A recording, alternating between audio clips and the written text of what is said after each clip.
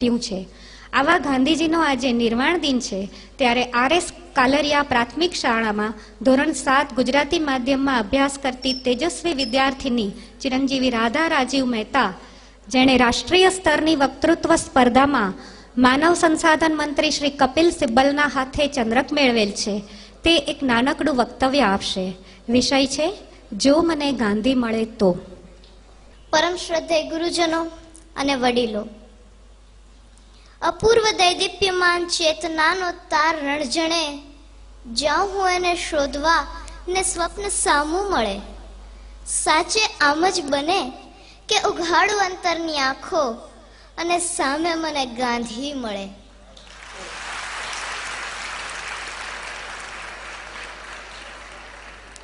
હા, જો મને ગાંધી મળે તો વાત્સલ્ય સભર હાથ શિરે ફેરવીને પૂછે, બેટા હિન્દ કેમ છે? ભીતરમાં કંઈક સળવળાટ થાય અને અંતર અતીતની ગર્તામાં ડૂબી જાય કે સત્ય, સદાચાર અને અહિંસાના પરમ આગ્રહી મોક ગાંધી અહીંયા ક્યાંથી? અંતરમાં ફરી વાચા ફૂટે અને બાપુ કહે, માં ભારત અને બાળકોની ખબર લેવા આવ્યો છું। જીવનભર સત્યનું આચરણ કર્યું ને તેની આ ફલશ્રુતિ છે કે ફરી એક વાર અહીંયા આવવા મળ્યું। પછી તે મારા હાથમાં પેલું જર્જરિત થયેલું 3 વાંદરાનું રમકડું જોઈને પૂછે, બેટા હજુ એ તું બાળક જ રહ્યો? હજુ રમકડાથી રમે છે? પણ બાપુ, એ મારું પ્રિય રમકડું છે। સાંભળીને ક્ષણભર હરખાઈ જાય। ચશ્માની તો હરાજી થઈ ગઈ, પણ ટેવ એટલે ખાલી નાક ઉપર પહેલી આંગળી મૂકીને કહે, મારું પણ એ પ્રિય રમકડું છે। ભલે ને સાંભળતું નથી, જોતું નથી અને બોલતું એ નથી, અને રમકડું વચમાં જ બોલી ઉઠે કે તમે તો ચાલ્યા ગયા બોલીને હે રામ, પણ જેવું પત્યું તમારું જીવન કે ખબર નહીં ક્યાં ગયો તમારો સંદેશ। ગુલામ માનસ, અનૈતિકતા અને વિદેશી વસ્તુઓના વાયરાની જડ એવી તો ઊંડી ઉતરી ગઈ છે આ 63 વર્ષોમાં કે સત્ય, અહિંસા, સદાચાર અને સ્વદેશ પ્રેમ માટે તો તમારે એકડો જ ઘૂંટાવવો પડશે। માં ભારતની અદ્વિતીય સંસ્કૃતિ અને અનુપમ પ્રકૃતિની લહેરાતી કસુંબલ ચૂંદડીને તમારા જ કેટલાક બાળકોએ સ્વાર્થની કાંટાળી જાળીમાં ભેરવીને ચીથરે હાલ કરી નાખી છે। બાપુ, તમારી માં ભારતની આ અવદશા થઈ છે તમારા ગયા પછી।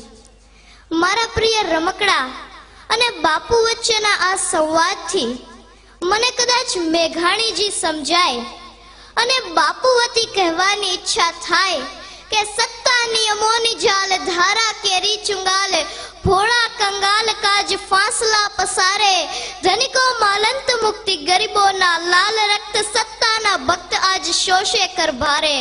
બહુદિનના સત્વ સયા જીવન નિર્વીર્ય થયા, બંધુત્વે સયા પ્રાણ નવરચના માગે। જાગો જાગો ગુલામ આવી પહોંચ્યા મુકામ, ઇન્સાફી તખ્ત પર કરાલ કાલ જાગે, દેવા ઘાતી ને દંડ ઘોર કાલ જાગે। પણ પછી કહું એમ કે બાપુ આપની શક્તિ તો છે, જૂનું છે તેને જમીન દોસ્ત કરી નાખો, નવું જમીન પરથી ઊભું કરો। વર્તમાન પરિસ્થિતિમાં પણ આપની વિચારધારા અને કાર્યશૈલી યથાર્થ છે। ફર્ક થોડાક લોકોનો છે, પહેલા એ પારકા હતા, આજે તમારા પોતાના છે।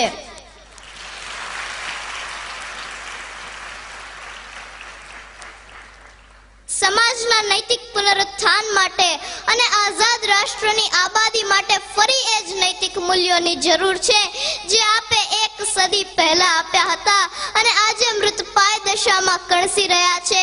અને બાપુ 63 વર્ષની આ આખી યાત્રાનું એકમાત્ર સાક્ષી મારું આ પ્રિય રમકડું છે। પણ આવે વખતે બાપુ મને વધારે કશું ન કહેવા દેતા પોતાના મોં પર પેલું કાયમનું બોખલું સ્મિત લાવીને એમ જ કહે, જ્યારે દીવો ધરે ન કોઈ, જ્યારે ઘન ઘોર તુફાની રાતે 12 વાસે તને જોઈ, ત્યારે આભની વિજે સળગી જઈને સૌનો દીવો એકલો થાને રે. તારી જો હક સુણી કોઈ ના આવે તો તું એકલો જાને રે, એકલો જાને, એકલો જાને, એકલો જાને રે. તારી જો હક સુણી કોઈ ના આવે તો તું એકલો જાને રે.